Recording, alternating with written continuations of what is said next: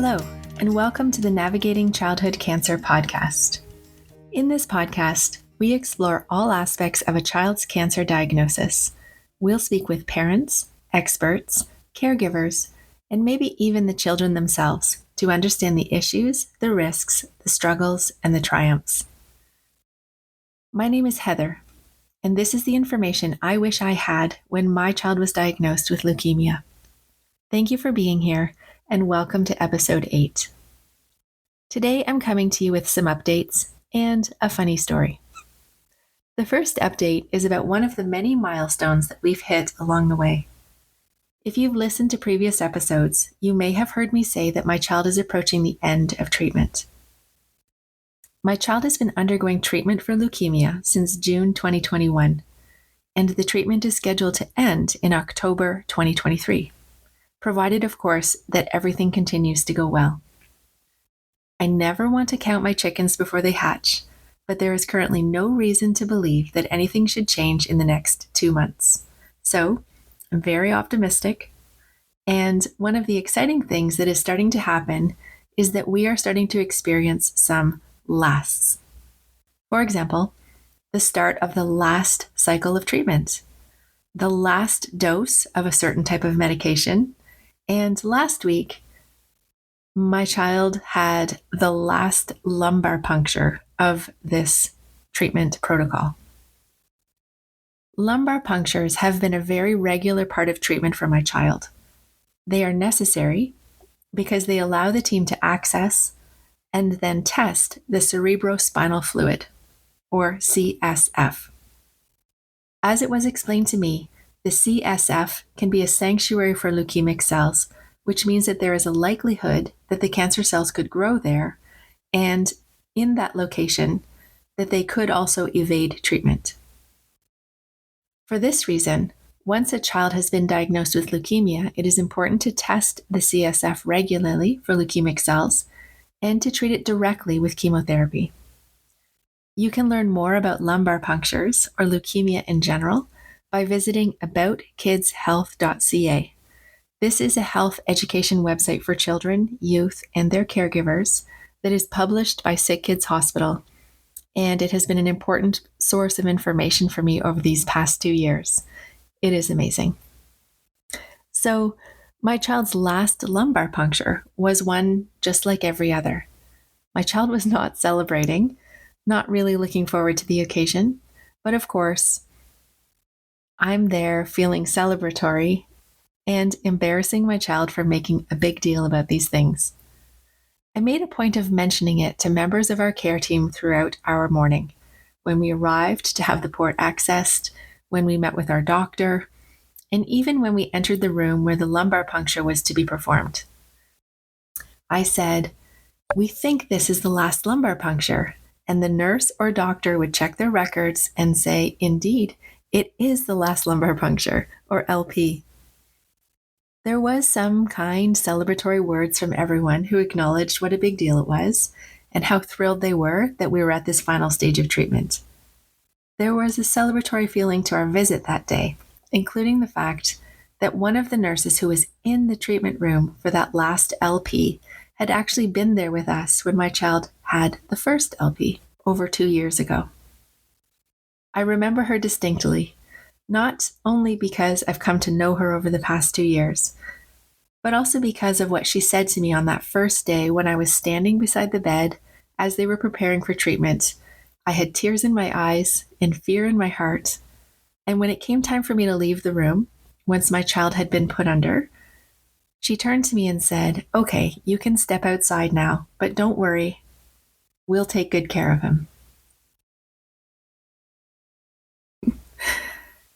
Of course, on that first day, I went out into the hallway and sobbed. The diagnosis was new at that time, and it was a pretty hard day. But this time, I stepped out into the hallway and marveled at how far we've come and what an unbelievable achievement it was to have finally arrived at this monumental day. It just deserved recognition. I felt enormous gratitude to all the care providers who helped us to get here, and of course, my endless respect for my child who has endured it all. What a feat. What a fucking accomplishment. And I'm sorry for my language.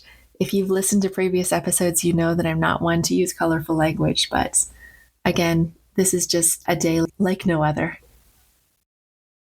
So finishing that final lumbar puncture was an achievement that required a little bit of celebration after the appointment as well.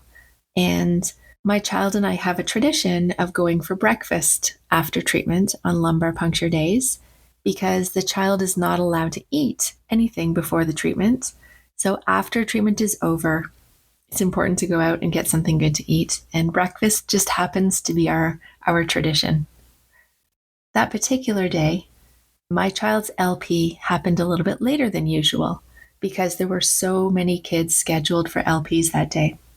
So by the time we left the hospital, all the breakfast places were closed.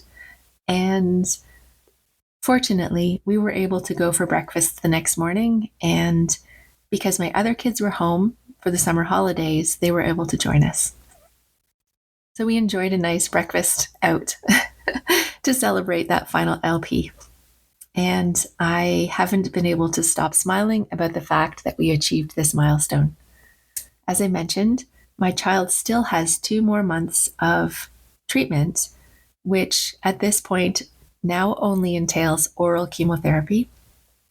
I will give you an update once treatment has finally completed. Of course, I'm going to be probably doing an episode about what that feels like at that time. Okay, so another update I have to share with you today is that Susanne, who was my guest in episode 7, has followed up with me to add a couple of songs to our Spotify playlist. I have created a playlist of songs that either remind us of or helped us through various stages of these past 2 years. And you can learn more about this music in episode 4 of this podcast. I asked Susanne during our conversation if she had any songs that she'd like to add to the playlist. And she couldn't think of any on the spot, but she followed up with me to share a song that she recommended adding to the playlist, which I've done. The song is called Dirty Paws by Of Monsters and Men.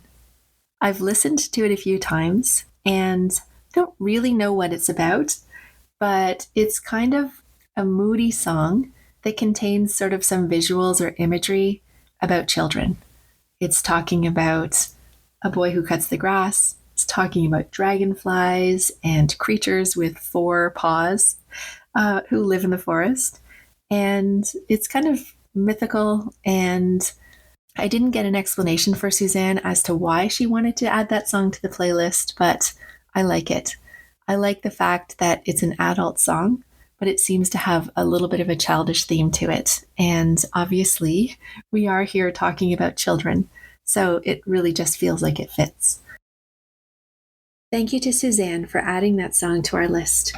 I know it must be special to you and your family in some way. And this is a standing reminder to all who may be listening right now. Please don't hesitate to reach out to let me know if you have a song that you'd like to add to this playlist. I'm always open to your suggestions. Okay, so now for my funny story. It's actually more of a fun story than it is funny, and it has to do with Taylor Swift. Yes, there is a Taylor Swift song on the Navigating Childhood Cancer podcast playlist that I just mentioned, but this story has something to do with something very different. So we live in Toronto, and the Toronto dates for Taylor's Eras Tour went on sale this past week. In fact, it was actually on the same day that my child's lumbar puncture was scheduled. I registered for my chance to purchase tickets along with just about everyone I know, and my daughter was the only person I know who received the code to buy the tickets. And the rest of us, millions of other people, were waitlisted. This created a dilemma. I had to be in hospital with one child for an LP, while my other child was planning to be online to try to buy tickets to the Taylor Swift concert at 11 a.m. that day. I really wanted to help her on the computer at that time, knowing how tricky it can be to get through on these online ticket sales events. So our solution was for my daughter to accompany us to the hospital along with her computer, so that we could try to buy the tickets while we were there in the waiting room. The first step was to log into the account at 10:30 a.m. and then to be let into the online queue at 11. We had arrived at the hospital approximately 8 a.m. and had been to various points throughout our morning, had blood work taken, had been to see our oncology doctor, and were in the waiting room waiting for the lumbar puncture. When my daughter was allowed into the queue at 11 o'clock, she was number 8,600 in line for tickets. And that number seemed really high, but it only took about half an hour for the queue to move and for my daughter to become the next in line for selecting her seats. But as you can imagine, she had to move quickly because the available seats were literally disappearing before our eyes once she was granted access to the seat map. There was some excitement as she selected her tickets and some stressful exchanges once the tickets were in her shopping cart as we tried to check out. But ultimately, we managed to purchase those 2 tickets to the concert, which will be held in November 2024. I'm not really trying to be irreverent by sharing this story. I'm sharing it only as a funny anecdote for how life happens around cancer treatment. I've done a lot of things while waiting in that waiting room. In addition to waiting patiently alongside my child for treatment to begin, I've met with our pharmacist. I've had difficult conversations with various members of our care team. As well, I've participated in conference calls for work. I've edited work documents. I've scheduled other appointments. I've registered kids for their activities. And now we've managed to purchase tickets to the Taylor Swift concert, all while sitting there waiting for my child to be called in for a lumbar puncture. Certainly, if my child had been called in for the LP during that whole episode on the computer, I would have left my daughter there in that moment in order to accompany my other child to the LP, and it would have been fine. But there was something really fun about the drama of waiting and hoping that we weren't going to get called in the middle of all of the excitement around trying to purchase the tickets online. You know, I've said it before that Sick Kids is a magical place. And I believe it must have been magic at work that day because we managed to buy the tickets and our efforts were not interrupted by the call for treatment. So it was yet another reason for celebration and a good news day for our family all around. Thank you for joining me today.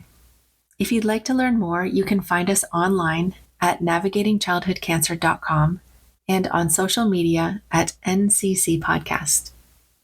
If you and your family are on this journey, I am so sorry. I hope you'll stay to listen and that you'll find something valuable here. If you'd like to share your perspective, please reach out. If you know someone whose child is living with a cancer diagnosis, I also invite you to stick around and to share this podcast with your community. Truly, we can only get through this together.